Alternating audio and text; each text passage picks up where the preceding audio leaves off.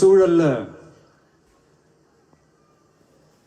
நம்ம சொந்தங்களின் மனம் பற்றி இருக்க வேண்டியது நம்மளுடைய கடமை. அதனாலதான் அவங்களோட சேர்ந்து அமைதி காத்து வந்தோம். ஆனா இப்படி அமைதி காத்து வந்த நேரத்துல நம்மளை பத்தி வன்ம அரசியல் வலைகள், அர்த்தமற்ற அவதூறுகள்னு இந்த மாதிரி நிறைய விஷயங்கள் நம்மளை பத்தி பின்னப்பட்டன, பரப்பப்பட்டன. இது எல்லாமே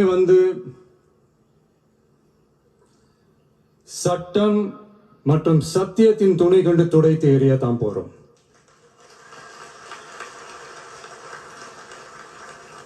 பட் அதுக்கு முன்னாடி தமிழக சட்டமன்றத்தில் நமக்கு எதிராக நிகழ்த்தப்பட்ட ஓர் உரைக்கு ஒரு நாகரிக பதிலடி கொடுக்கணும்னு நான் நினைக்கிறேன்.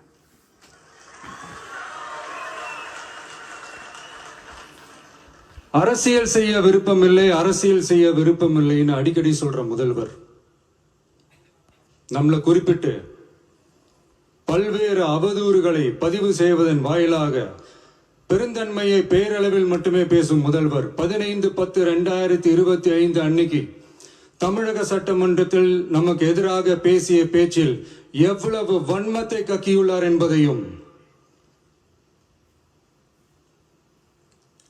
எப்படிப்பட்ட ஒரு அரசியல் செய்ய முயல்கிறார் என்பதையும் தமிழக மக்கள் உணராமலா இருப்பாங்க.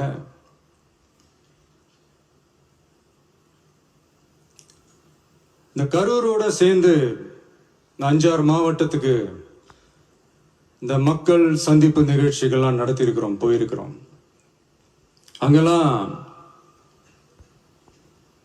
இந்த லாஸ்ட் மினிட் வரைக்கும் எங்களுக்கு அந்த இடம் கொடுப்பாங்களா மாட்டாங்களா, பெர்மிஷன் தருவாங்களா மாட்டாங்களா, இப்படியே இழுத்து அடிச்சுக்கிட்டு இருப்பாங்க. தான் நாகப்பட்டினத்தில் சொன்னது மாதிரி தான். நாங்கள் ஒரு இடம் செலக்ட் பண்ணி கேட்போம், மக்கள் நல்லா ஸ்பேஷியஸாக நின்று பார்க்குற மாதிரி. பட் அவங்க அதையெல்லாம் ரிஜெக்ட் பண்ணிட்டு மக்கள் நெருக்கடியோடு நின்று பார்க்குற மாதிரி ஒரு இடத்த செலக்ட் பண்ணி எங்களுக்கு கொடுப்பாங்க. இது டிஃபால்ட்டாக எல்லா இடத்துலையும் இந்த ஒரு ஆர்குமெண்ட் நடந்துட்டு இருக்குன்னு வைங்க. அது மட்டும் இல்லை, இந்தியாவிலேயே எந்த ஒரு அரசியல் கட்சி தலைவருக்கும் கொடுக்கப்படாத கண்டிஷன்ஸ். பஸ்ஸுக்குள்ளேயே இருந்து பார்க்கணும், மேலே கை காட்டக்கூடாது, இப்படிலாம் ஒரு அதீத கட்டுப்பாடுகளை கொடுத்த உடனே எங்க சைட்ல இருந்து ஒரு அறிக்கையை வெளியிட்டோம். அது மட்டும் இல்ல, தமிழக வெற்றி கழகம் சார்பாக அனைத்து கட்சிகளுக்கும் சமமாக ஒரு முறையான ஒரு பொது வழிகாட்டு முறைகள் SOPs சொல்லுவாங்க, அதையும் வழங்கணும்னு சொல்லி உயர் நீதிமன்றத்தையும் நாடி இருக்கணும். இதுவும் தமிழக மக்கள் உணராமலா இருப்பாங்க. இப்படி ஒரு அரசியல் காழ்ப்புடன், நேர்மை திறனற்று நம்மளை பத்தி குற்றம் சாட்டியுள்ள குறுகிய மனம் கொண்ட முதல்வர் அவர்களுக்கு ஒரு சில கேள்விகள்.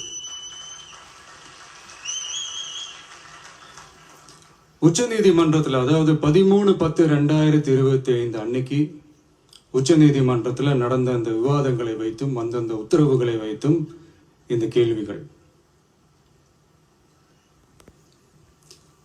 இப்படி பொய் மூட்டைகளா நம்மளை பத்தி இந்த அவதூறுகளை அவிழ்த்து விட்ட முதல்வர் அவர்களுக்கும் திமுக அரசுக்கும் சார்பாக கோடிகளை கொட்டி அமர்த்தப்பட்ட அறிவார்ந்த வழக்கறிஞர்கள் அவங்க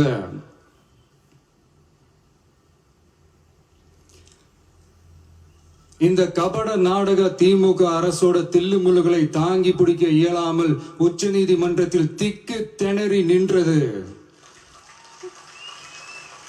முதல்வர் அவர்களுக்கு மறந்து விட்டதா? இந்த கரூர் சம்பவத்துக்கு அப்புறமே அவசரமா ஒரு தனிநபர் ஆணையம்,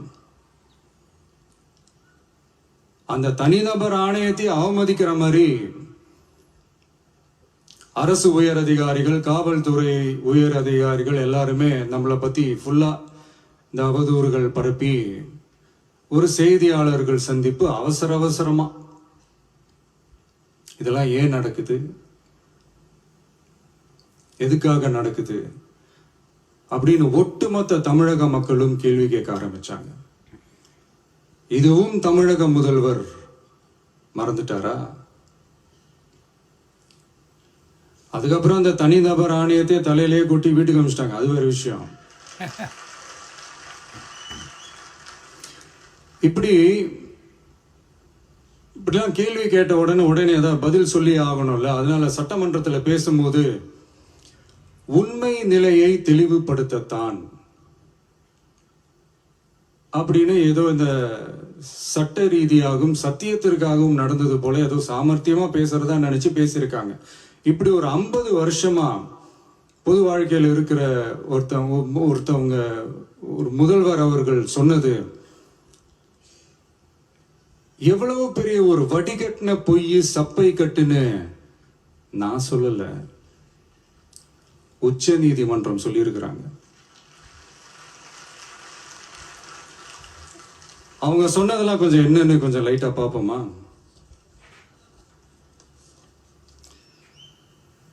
The comments which have been made before the media by the top officers of the police department may create doubt in the minds of the citizenry on impartiality and fair investigation.